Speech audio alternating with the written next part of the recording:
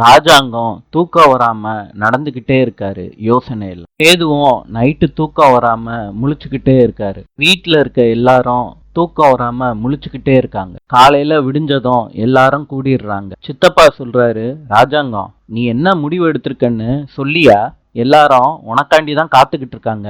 ராஜாங்கம் சொல்றாரு, சன்னியாசி உட்காரு. நம்ம யாருமே எதிர்பார்க்கல.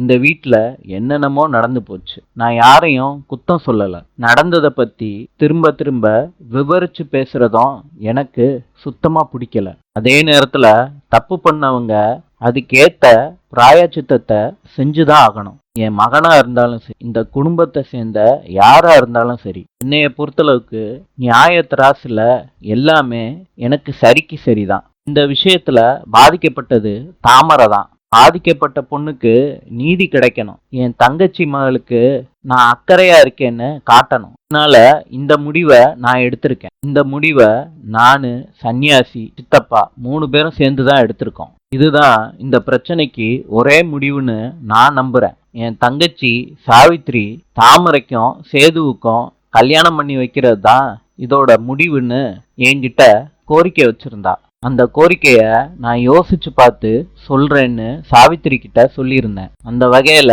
சேதுவுக்கும் தாமரைக்கும் கல்யாணம் பண்ணி வைக்கிறது தான் ஒரே வழின்னு நாங்க 3 பேரும் தீர்மானிச்சிருக்கோம். சேது அதிர்ச்சி ஆயிடுறாரு. சாவித்ரி சந்தோஷமாயிடுறாங்க. வீட்டுல உள்ள எல்லாரும் ஷாக் ஆயிடுறாங்க. சில பேரு சந்தோஷமாயிடுறாங்க. இந்த விஷயத்த கேட்டதும் சாவித்ரி சந்தோஷத்துல ராஜாங்கம் காலில் விழுகிறாங்க. அண்ணே, நியாயத்துக்கும் நீதிக்கும் கட்டுப்பட்டவங்கன்னு நிரூபிச்சுட்டேன்னு ரொம்ப நன்றின்னு, நீ என்னோட தெய்வம்னு. ராஜாங்கம் சொல்றாரு, சாவித்ரி எந்திரி சாவித்ரி, என்ன என் பிள்ளை வாழ்க்கையவே காப்பாத்தி கொடுத்துருக்கன்னு நான் இத மறக்கவே மாட்டேன்னு சாவித்ரி அழுதுகிட்டே சொல்றாங்க. ராஜாங்கம் சொல்றாரு, நான் இந்த கல்யாணத்துக்கு சம்மதம் சொல்லியிருக்கேன். அதனால உன்கிட்ட இந்த கோரிக்கைய வைக்கிறேன். அண்ணே, என்ன கோரிக்கைன்னு சொல்லுன. சாவித்ரி, சில காரணங்களுக்காக இந்த கல்யாணத்தை ஊரறிய பண்ணி வைக்க முடியாது. அந்த சூழ்நிலையில அண்ணன் இருக்கேம்மா.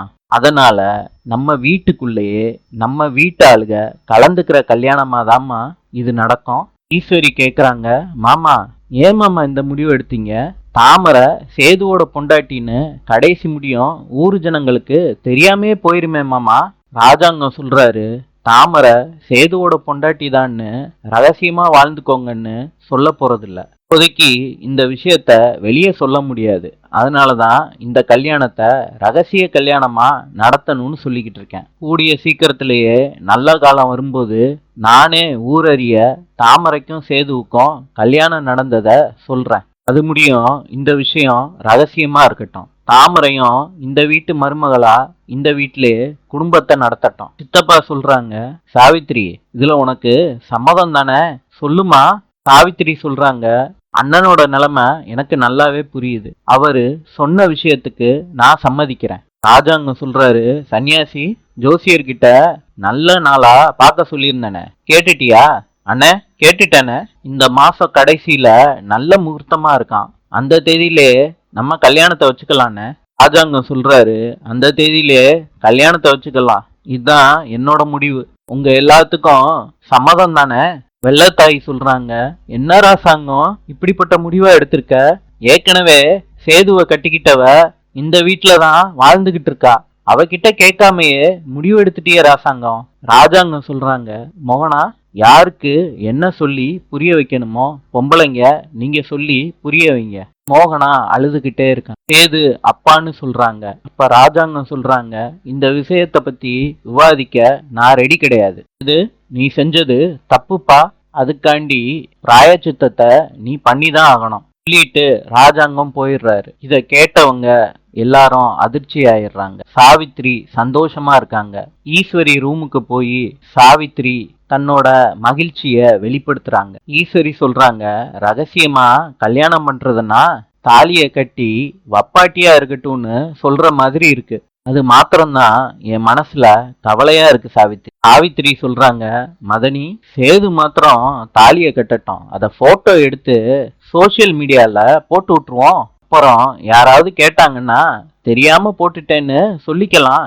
சித்ரா சொல்றாங்க, அத்தை பயங்கரமான திட்டத்தோட தான் இருக்கீங்க போல. தாலி கட்டுற முடியும் கெஞ்சுறது, அதுக்கப்புறம் மிஞ்சிடலான்னு பாக்குறீங்க. அத்தை, அப்படிதானே? சித்ரா, சரியா சொன்னம்மா. சாவித்திரி சொல்றாங்க, மதனி, நாங்க முக்காவாசி கிணற தாண்டிட்டோம், இன்னும் கால்வாசி கிணறு தான். அதை தாண்டறதுக்கும் நீங்க எங்களுக்கு உதவியா இருக்கணும். எனக்கு பக்கபலமா இருந்து என் மகளுக்கும் சேதுவுக்கும் கல்யாணம் பண்ணி வைக்கணும் மதனி. போஸ் சொல்றாரு. நீங்க கவலைப்படாதீங்க அத்தை, அந்த தமிழ் செல்விய பழி வாங்குறதுக்காண்டியே நாங்க 3 பேரும் உங்களுக்கு துணையா இருப்போம். பேசிட்டு ஈஸ்வரி போயிடுறாங்க. தாமரை சொல்றாங்க, அம்மா, நம்ம ஜெயிச்சிட்டோம்மா.